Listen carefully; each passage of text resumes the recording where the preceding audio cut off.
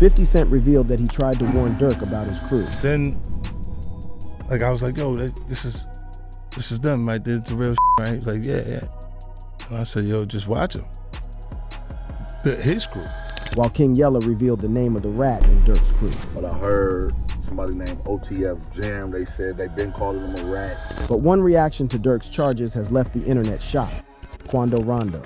As the dust settles, Quando Rondo has finally broken his silence, offering a surprising perspective that fans never saw coming. The Georgia rapper, known for his ties to the streets, is now preaching a message of forgiveness and positivity, urging his peers to leave behind the violence that has claimed so many lives. After Durk's arrest, the rapper dropped the track, Life Goes On, where he raps about his decision to leave behind the violence and focus on religion. In the song, he raps, beefing with the same color on my skin, same color of the hammer, young around here beefing about the color of a bandana. That's why I put my flag down and I picked up a Quran because life goes on. Quando Rondo also put out a public statement that took many by surprise. Known for his involvement in the street life and his own share of controversies, Quando Rondo has definitely chosen a different path in the wake of Lil Durk's arrest. Taking to Instagram, he shared a message of forgiveness and healing, urging his peers to move past the violence and focus on building a better future. His words resonated with many, offering a glimmer of hope in an otherwise tumultuous situation. We didn't get into this music industry to make it just to stay caught up in street shit, Quando Rondo wrote. We all have families and communities counting on us. It's time to leave all that behind. We've already lost so much, and it's heavy on my heart to forgive anyone I had issues with in the past. It's all love from me, praying for everyone, the post read. Quando had decided to leave the gang life behind when Durk's shooters killed his cousin. He took to Instagram to break the news to the world that he was denouncing his affiliation to the Rolling 60s neighborhood Crips gang.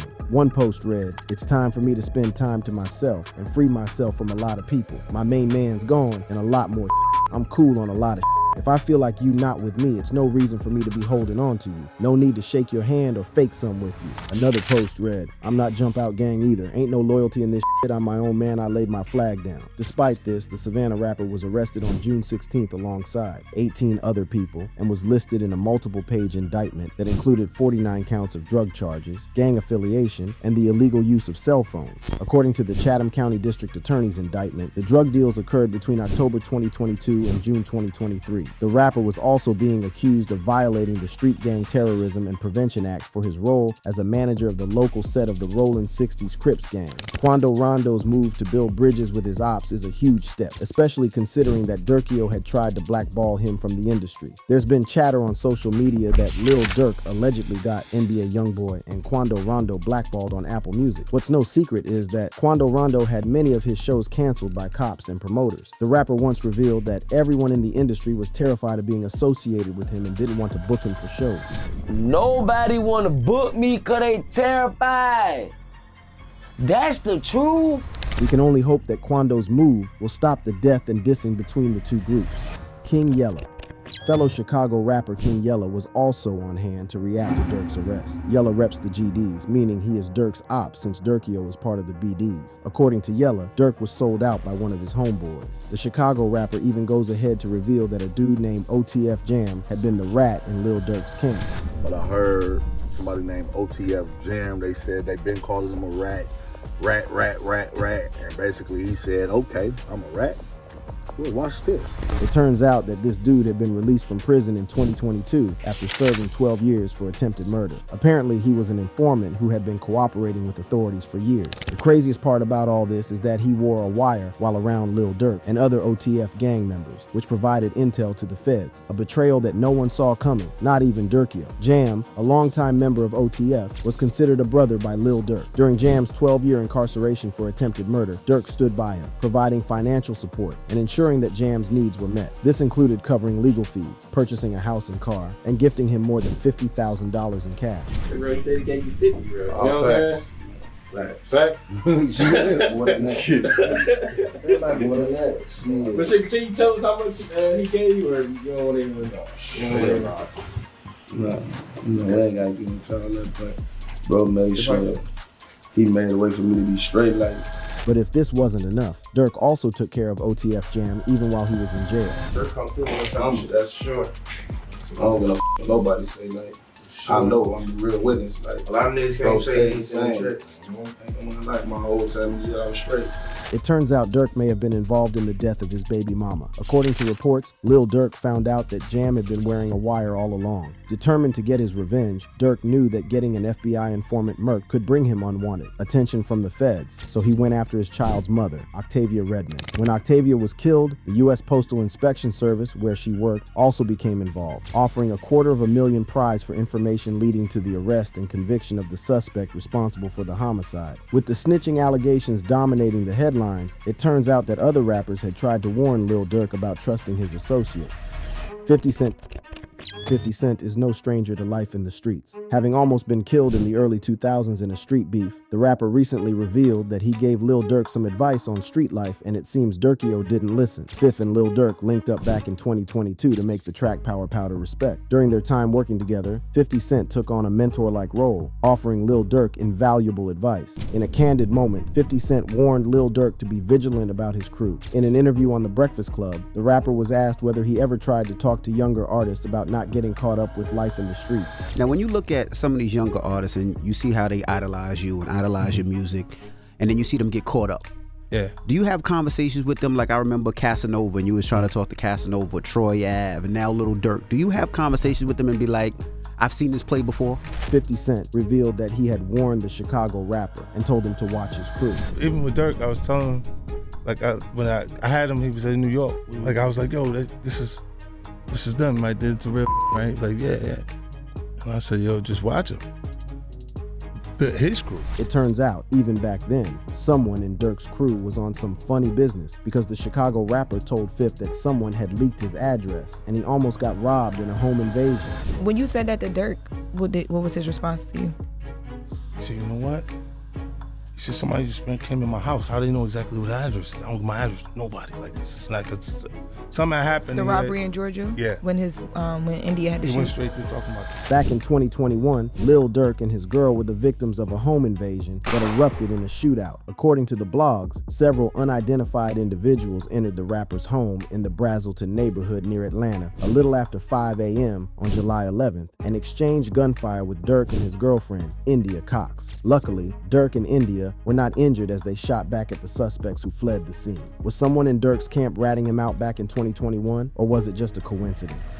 THF Bezu is a close Lil Durk associate, and when news broke out about Lil Durk, he was on hand to defend him. Bezu took to Instagram to rubbish Durk's charges. According to him, there's no way Durk would pay his closest friends to slide for him. Social media, fake fans, bloggers, etc. know how to give unproven titles to people. Murder for hire is outrageous, painting a picture for the officials to run with to trick you out your position. For the record, why would he have to pay his day to hunt for the loss of another day? Make it make sense, he posted. Lil Durk and Bezu have some dark history together because back in 2019, they were involved in a shooting that almost killed a man. That day, in February 2019, at around 5:45 a.m., shots were fired in the parking lot of The Varsity, a popular restaurant located in Midtown Atlanta. 23-year-old Alexander Weatherspoon had been shot. Witnesses told the authorities that an SUV with 300 plastered on the side was seen speeding away from the scene after the shots were fired. 3 months later, on May 4th,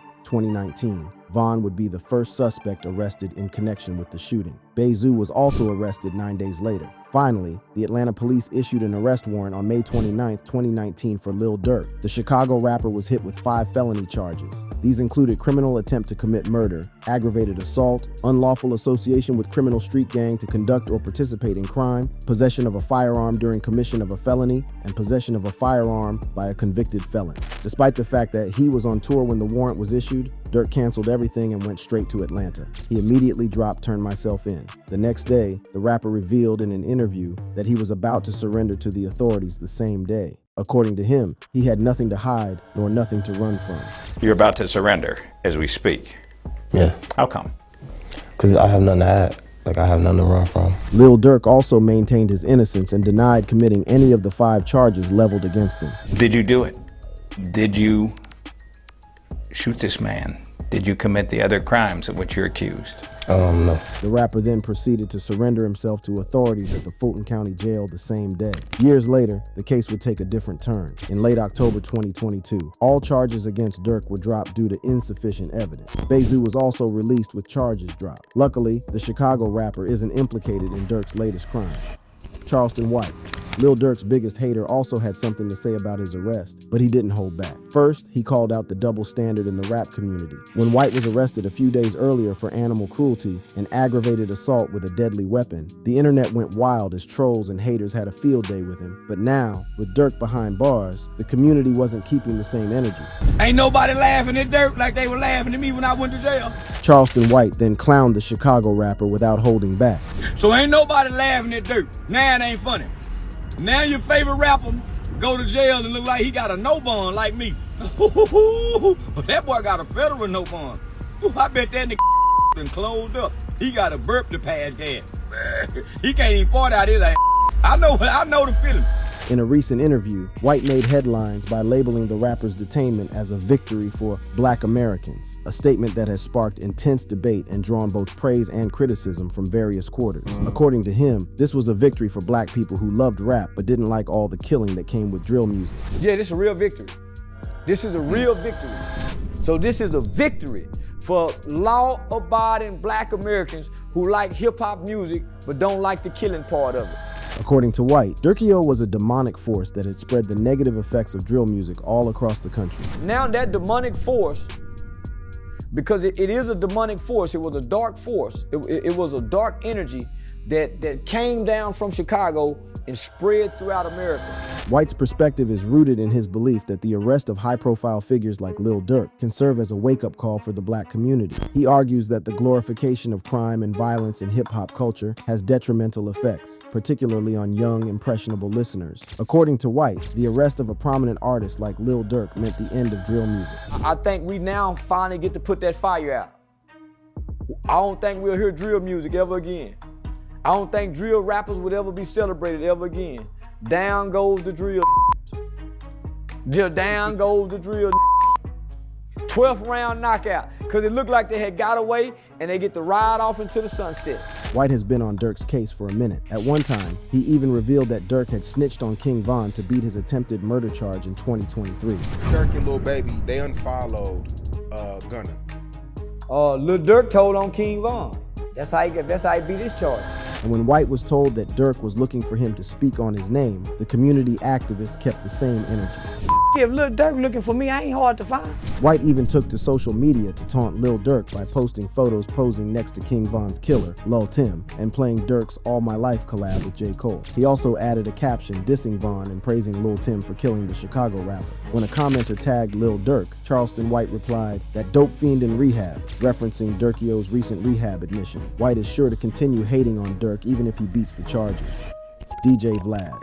Another hip-hop commentator who has made headlines for speaking on Durk's case is Vlad. His comments have blown the case wide open after revealing some shocking information. According to him, OTF Jam isn't the only rat in Durk's case. He took to social media to say that after reading Durk's indictment, his conclusion is that there are 3 snitches in the case. "I carefully went through Lil Durk's paperwork, and there are 3 co-conspirators whose names are hidden. One of them was one of the 3 shooters, one booked flights for the shooters, and another one told OTF about Quando's location in LA. These 3 co-conspirators are probably cooperating with the feds against Durk and the other defendants. What's even more crazy is that OTF Jam isn't even mentioned in the indictment. His name coming up has been pure street gossip. However, this isn't the only thing Vlad revealed about Durk amid the case. According to Vlad, Durk had proved him wrong. Vlad had once advised rappers to get out of their hoods and live in different cities to escape violence. According to him, no one would cross state lines to try to kill them. In multiple interviews, I've said that nobody would get on a plane to kill you. I said this because there would be so much evidence that they're guaranteeing prison. Well, today I was proven wrong. Lil Durk was actually stupid enough to send 5 guys on a plane to kill Quando Rondo. They ended up killing the wrong person, and now all 6 of them are facing life in prison or even the death penalty, he posted. Fans in the comment section came at him claiming that Durk didn't book any flights for the hitmen. However, Vlad already had all the receipts. According to federal court records, Lil Durk's associates allegedly learned that Quando Rondo was staying at a hotel in Los Angeles, and on August 18th, 2022, DeAndre Wilson, Keith Jones, David Lindsay, and Asa Houston arrived arrived in Los Angeles.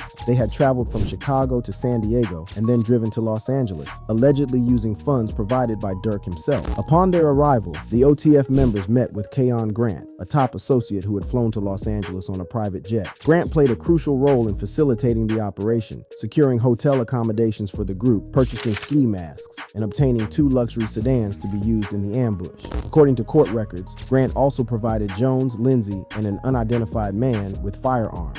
As the day unfolded, the group allegedly began tracking Quando Rondo and his associate Robinson as they traveled around Los Angeles in a Cadillac Escalade. Their journey took them to various locations, including a marijuana dispensary and a clothing store in West Hollywood. The climax of the day's events occurred at a gas station across from the Beverly Center here. Asa Houston allegedly parked his car strategically behind the station, setting the stage for the ambush. As Quando Rondo stopped at the gas station, Jones Lindsay and an unidentified third man reportedly exited their vehicle, armed and ready to execute their plan.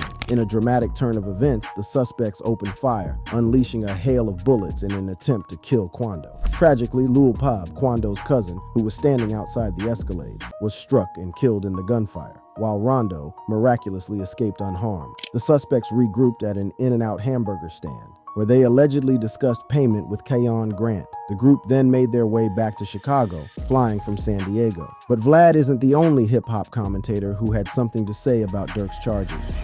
DJ Academics. The hip-hop commentator was among the first to get the scoop on Durk's arrest while on a stream, and he was devastated. Oh my God, bro.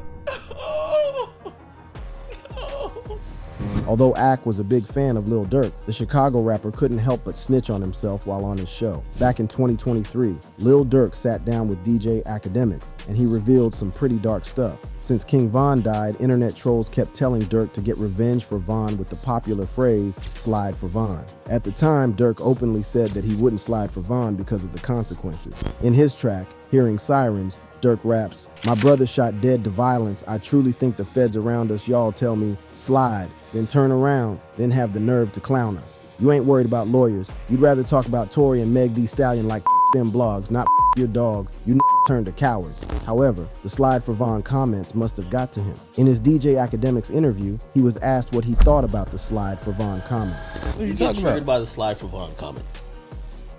I don't know if people still say it.